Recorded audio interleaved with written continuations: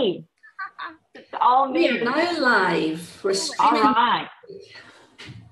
So we're live. Hello, everybody. This is Leigh Daniel, and I'm here with my lovely co-host, Allison Reiner. Allison, tell everybody who you are. Well, I am Allison Reiner, and I'm your Loved Again coach, working with women who are not sure whether they want to stay married or not, trying to make that decision whether they want to stay or go, and working really to get them to know themselves inside out, so that so whatever decision they make, they take themselves, the best version of themselves forward. So that's who I am. And over to you, Caroline. Do you want to introduce yourself? Yeah, I suppose mine's a bit of a follow-on from that. So hi everybody, my name is Caroline Strawson and I'm a divorce and breakup coach. So I help men and women move beyond divorce, both during the immediate aftermath and beyond, so that you can, as I found, make divorce your superpower. Well, I love that, and I love the idea, because you guys know me. I'm Leigh Daniel, and this is not legal advice. This is practical advice for before, during, and after the divorce. And I would love to see every client that I have fly out of the window, the door. You know, not because I want to get rid of them, but because I want them to see that this is an opportunity to have the life that they really wanted. You know, and so today, what we're going to be talking about is navigating the emotional aspects of a divorce after the divorce. And I'm so excited that Caroline is here with us, because I see a lot of people that have some lingering emotional trauma after the divorce. And Allison, so as a relationship coach, is that one of the things that keeps people married? It's exactly one of the things that keeps people married, or if not married, in the relationship for so much longer than really they should be. The fear of what's going to happen on the other side, the fear of never finding anyone else, the fear of not being able to stand on your own 2 feet from a female perspective. But men tend to just go along with it anyway, because it's easier as it is than actually, going out and looking for their own version of happiness. Right, or it may be financial considerations. I have lots of clients who recently somebody said it's cheaper to keep her, and I said, what are you talking about? And he explained that some people just say they work out the economics and it's cheaper to just stay unhappy. And for me, everybody that's watched knows that I believe that we all have an inherent right to be happy and to feel joy. And so, Caroline, I know that you help those people after in that stage. So tell us about what do you do? What's the first step when you're going through the divorce, you're finalizing the divorce? What's next? I think you hit the nail on the head as well there, Leigh and Ali. I know certainly from my perspective, staying in my marriage at the time, it was financial reasons first and foremost. I thought, how could I survive on my own? I've got 2 children, and even though I was married to a narcissist, I was having emotional abuse, but I felt it was acceptable for my happiness to stay. And actually, when we eventually did divorce, the bizarre thing is all those things that I feared actually did still happen. I was in £70,000 worth of debt, and I lost my family home. And for a good few years, I'd say I sat in that kind of victim of my own circumstances, which I think a lot of us do. And it's processing everything. When you go through a divorce process, it's second really to losing someone close and dear to you, those emotional aspects you go through, and you go through a grieving process. So you go through that initial denial, why me, why is this happening to me? And you go into the anger stage, then you kind of think, could I have done something different? Then you go into the sadness or depression stage, and then the acceptance. And that can be over a period of 3 months, 6 months, it can be years, because I see people who have divorced 10 years ago even, and they're still stuck in that anger stage and bitter stage of going through a divorce. And it's so sad to see, and I desperately want to help people change that so that they can grow, but they have to go through each stage to come out the other side as well. You have to feel sad, you have to feel angry, and it's okay to feel like that, but you've got to go through those stages. That's something that Ali told me. So, and I call Ali Allison, but that Allison told me, and that really taught me, because she was saying, I encourage my clients to rant and rave and yell and get it all out. And Allison, just speak to that a little bit. Well, yeah, that's exactly it. Especially, we all work online as well as offline, and you see so many people saying, we can't blame other people, we can't point the finger of blame, we need to take responsibility. Absolutely, that's the end result. But before you can take the responsibility, you need to know what you're taking it for, and you need to know what the anger you've got inside is doing to you, how it feels, and actually get it out and really, be as angry and be as livid as possible, and screech and shout and throw things and whatever you need to do, just so you can feel it. Otherwise, it builds up inside until, in my case and in a lot of people's cases, it explodes. It's like a volcano, and you've no idea. You end up having fights about stupid things. Somebody forgets to put the water on for the pasta, and the next thing you're in a screaming row. You've no idea, why that is, and it's just that pent up rage that you've got inside. As well, Ali, you're absolutely right. It's not healthy when you are in that permanent state of anger. Your body is releasing a lot of a hormone called cortisol, and this has devastating effects on your health. And if that's for a prolonged period of time and you're not dealing with that anger and letting it out, what you're actually doing, you're having a negative impact on your own health. Yeah. As well, your physical health. But a lot of the times people don't even realise they're angry. And I say that because I was one of them. I would never have classed myself as an angry person. And in fact, when I started going through my own process of uncovering who I was, people, I was told to write down a list of everything I was angry about, everybody I was angry about. I couldn't find a single person. Wow. I couldn't, and I didn't get it at all. It was so closed inside. And I would say things like, as Leigh knows, the relationship with my mother is something that has caused me a lot of understanding. And they would say, and your mother, and I would say, oh, well, poor thing. And that was as close as I could get to expressing. And then when the volcano erupted, it came out. But I find that a lot with people, we're conditioned to keep it inside, to keep that mask on, to keep the curtains, clean at the windows and whatever. We don't let people know, or we don't know that we can feel it, let alone express it. People pleasers. We want to please everybody. Yeah. And if we're angry and showing this less of a facade of we think our life should be, and I know when I split up from my ex-husband, I realised that the state of my life, which is a bit of a train wreck to be honest, with all the debt and the house repossession and how I felt emotionally and everything, I realised that in my circle of friends at the time, the one thing I felt good at, because there wasn't a lot at that particular time, was that I made them feel good about their lives. Because I know it sounds really bizarre, but this is something called secondary gain as well. It's called what? It's called secondary gain. The secondary gain for me was sitting in that state of being a victim of my circumstances, because I was making the others then in my friendship groups feel better about their lives. So it stopped me from doing anything about my own recovery, because I thought, well, at least I'm good at one thing. I'm good at making my friends feel good. They can look at my life and think, well, it's better than Caroline. Oh, that's hilarious. But I love that, because you were able to show that you rose from, and oftentimes I'm sad to say, I've seen my divorcing clients and I'm like, well, at least my life's not bad, And so I know, I don't do that anymore, but before my own kind of working through my own issues, now I have a whole different, belief system about the clients than I used to have. But secondary gain. So what does that mean? The secondary gain basically means you get a payoff, really, for staying in a situation. And I see this, sometimes I see it with people going through divorce, even bereavement, so widows as well, I see this. Because what people are afraid of is that because they're getting sympathy for going through a divorce of friends and family, what happens is they then get scared about moving on, because what if that sympathy support stops? So we have to work beyond that. So, yes, it's a lovely thing and it's very, very nice getting the sympathy and support, but you want to carry on getting the sympathy and support for the rest of your life and feeling desperately unhappy, or actually take those steps to look at your own life. What can you do to thrive and flourish and build your own resilience up? I help people build a toolkit so that they have this toolkit of resilience. So it not only helps them through their divorce process, but actually in lots of other things in their life as well.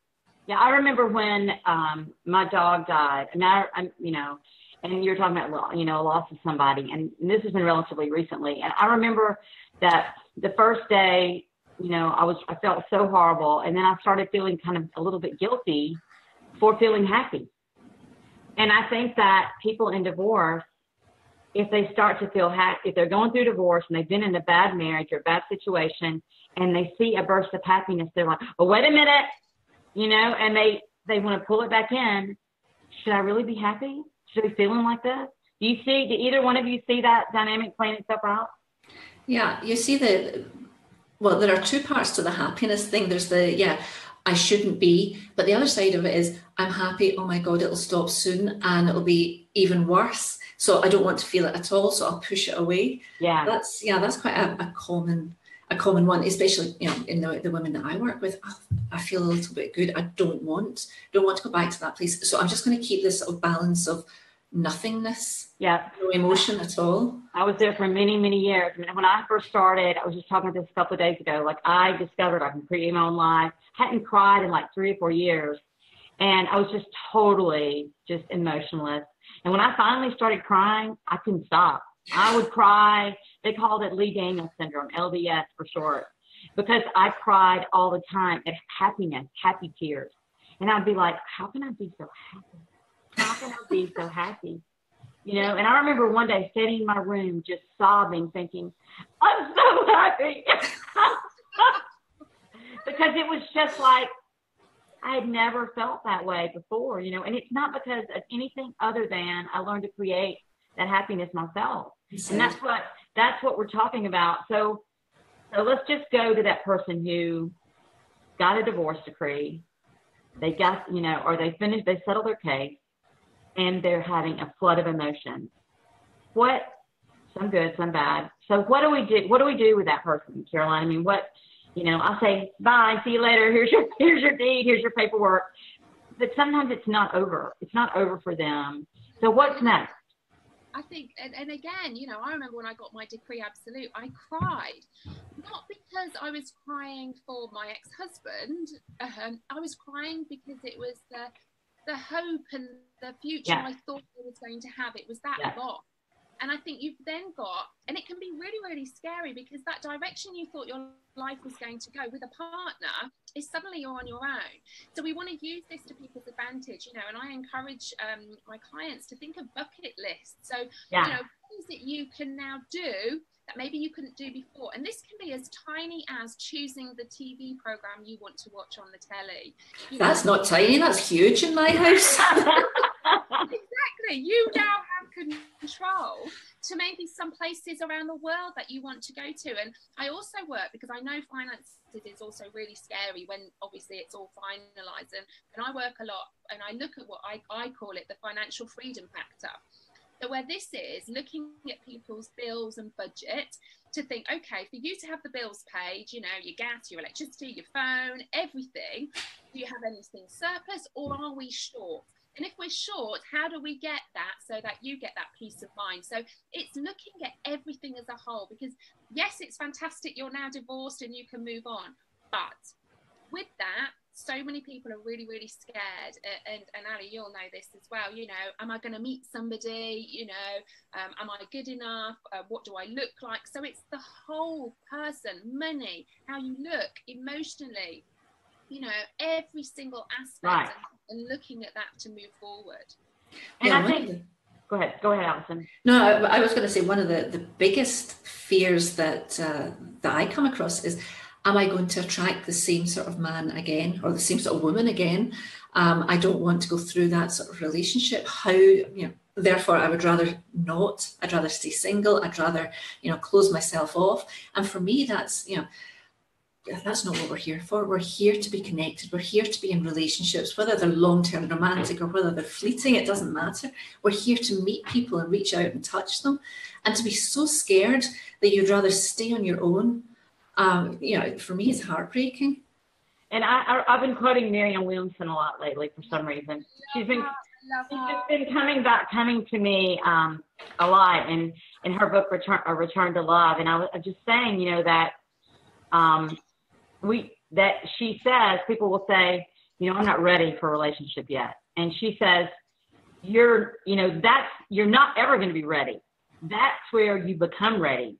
That's where, growth is messy. That the only time you can grow is when you're in relationships, because if you're just there, afraid to connect, afraid to move through, afraid to evolve, then you're not growing. Yeah. And that's, I use a lot of positive psychology in my coaching, and with positive psychology, that looks at how you can thrive and flourish. And it's in 3 aspects: you as an individual, you in relationships, and you within a community. And I think one of the first things I work on with clients is self-love. Yes. Learn to love yourself first and foremost, because from that moment onwards, regardless of what happens, because let's face it, you could get married again, and who knows, we don't have a crystal ball, that may fail too, not because of anything you've done. It could just be pure circumstance, that scenario.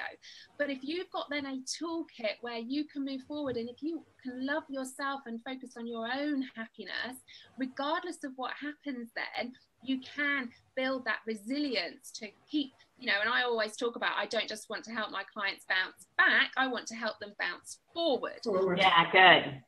And I love that, because it's not a case of being gone from miserable in your marriage to less miserable. Then it's, what makes you happy, thriving, flourishing, and like you both said, we get really scared. It's almost, we think we don't deserve to be happy. Yeah. Well, and I was just about to say that, because in a long-term marriage, so I have a lot of people who've been married, over 10 years, 12 years, and many of them have not been happy for a long time, and may have just become desensitized to unhappiness because they've been in it, right? And it's just like people that are, and they're not physically abused, but people that are physically abused will come in and go, well, that's not, they slapped me a few times, but I'm like, listen, slapping you a few times is not okay, right? But they think it is, because they're in that, they're in that space where that's been happening to them. And so they don't even recognize how unhappy they've been, and so, and they're beat down. So Allison, I know you are really big on self-love as well. And what are some things, because I think that's part of the emotional aspect. What are some things that you can start doing if you've just been beat down? Well, I think first of all, starting to talk about it, and that's one of the reasons that we started this in the first place was, when you're in that place, you're beaten down. And a lot of the times, I get women before they've even considered, in fact, mostly when they come to me, they say, I will not get divorced, because they're still in that place of divorce is shame, divorce is financial ruin, divorce is, everything that we spoke about earlier. So when they come to me, they're very clear. I want to save this marriage. I want it just to be better than it is now, is what they're willing to settle for.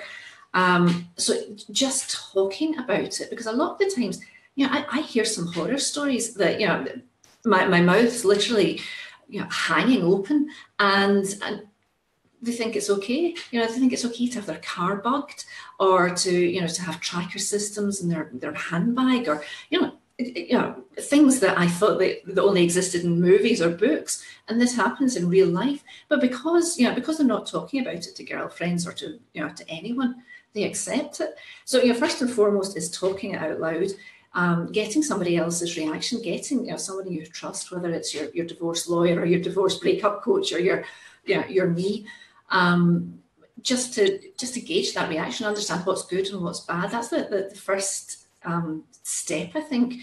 And also to understand what self-love is, because, when we know what it is, because we talk about it every single week, we practice. But a lot of people think self-love is having your nails done. It's, and it's so much more. That's one aspect of it, that's self-care. But self-love is really getting to know who you are, accept who you are, love who you are, warts and all, even the bad stuff. When you get to the point that you can say, I made mistakes, I fucked up a bit, but I didn't know any better at the time. Sorry, that was a bad word. PG, I did. As I came out, I tried to swallow it back. Up a bit. But I didn't know any better. I couldn't do any better. And when you reach that, that stage, that's really, you're really living in self-love at that point, because you're taking yourself warts and all. And when you can take yourself warts and all, everybody does. Not just a potential partner, not just the husband that you have or the wife that you have, everybody in your circle. So it's a great place to be. And what do you think, Caroline? I'm sure that we all have similar ideas, but when somebody comes to you and they've been in this place of deep down, and what I think is it's like a dirty little secret. It's like all these, how this made them feel, the shame of my husband doesn't love me, my wife doesn't love me, I'm not attracted to them, or maybe they said something, maybe they've said hurtful things themselves, or they've heard hurtful things said to them, and that's just shame. How do you get out of that shame and guilt? I think a lot of it is we get so caught up in what other people, or what we think other people are going to say and think of us, and I think that just holds people back in so many things. We get worried about it, and I know I certainly did. When I came out of my marriage, I felt a failure. And I'm not a quitter, and I think that was the thing. I'd always been brought up not to quit, and for that to then break down, I felt a failure. I felt ashamed.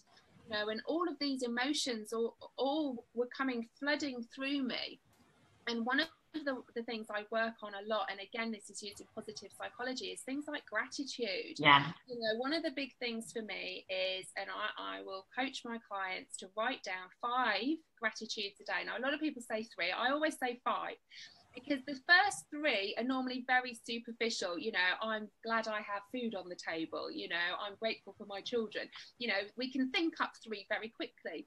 But the 4th and 5th, we really have to dig deep sometimes to really think about those gratitudes. And normally within about 21 days, because it normally takes 21 days to create a new habit and a new mindset, we start to then really, really moving into a stage where we can really think about the good things in our life. When we feel gratitude, we can't feel fear or anger.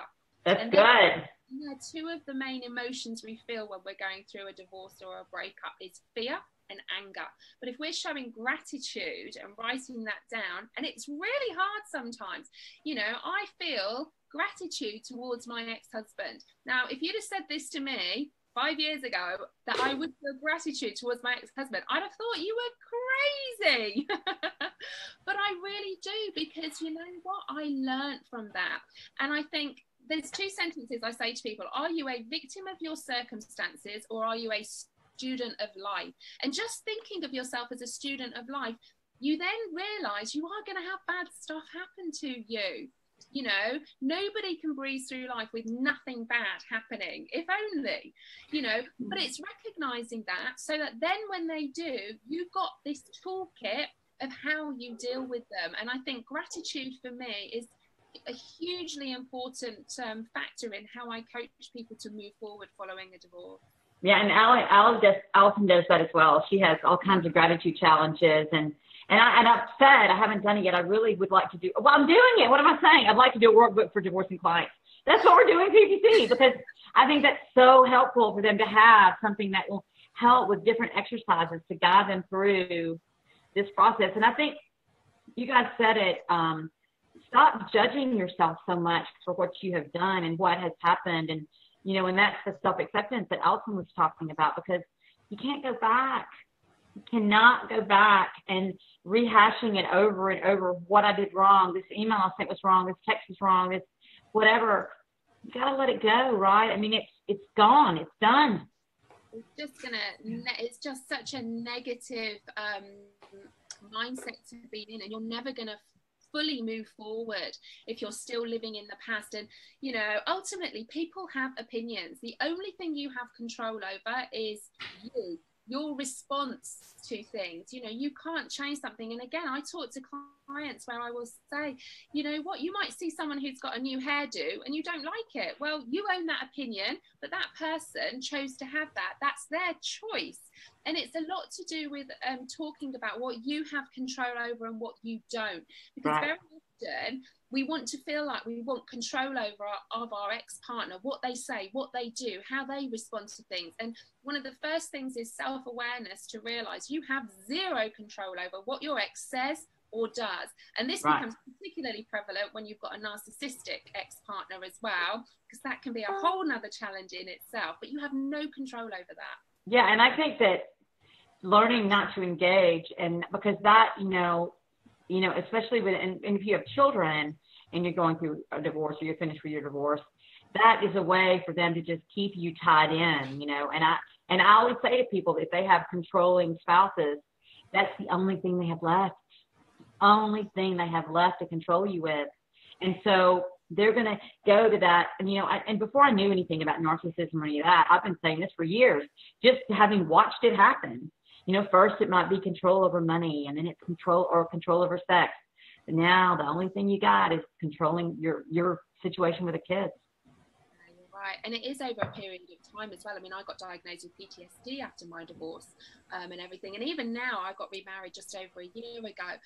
When I tell my husband now about the things that went on in my marriage, we laugh about it, but we're laughing about it in a like, how did you put up with that? Oh my God, I can't believe you allowed that to happen. And now where I stand now, I look back and think, how did I? But over a week and a month, and a year and another year and another year, where they're chipping away at your self-confidence, your self-belief, you get to a stage where this becomes normal.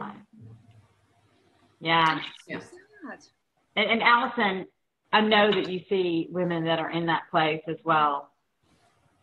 And so so the topic for today is about emotions, navigating emotions after the divorce. And I think that just really, I don't remember who said it now, because of my ADD again, but it's about this self-awareness, and just allowing yourself to feel and not feeling guilty, and being gentle with yourself, and not expecting yourself to be able to just hop up and go, okay, see ya, that was part of your life. And you perfectionism as well. That's part of it. We're so much gentler on everybody around about us than we ever are on ourselves.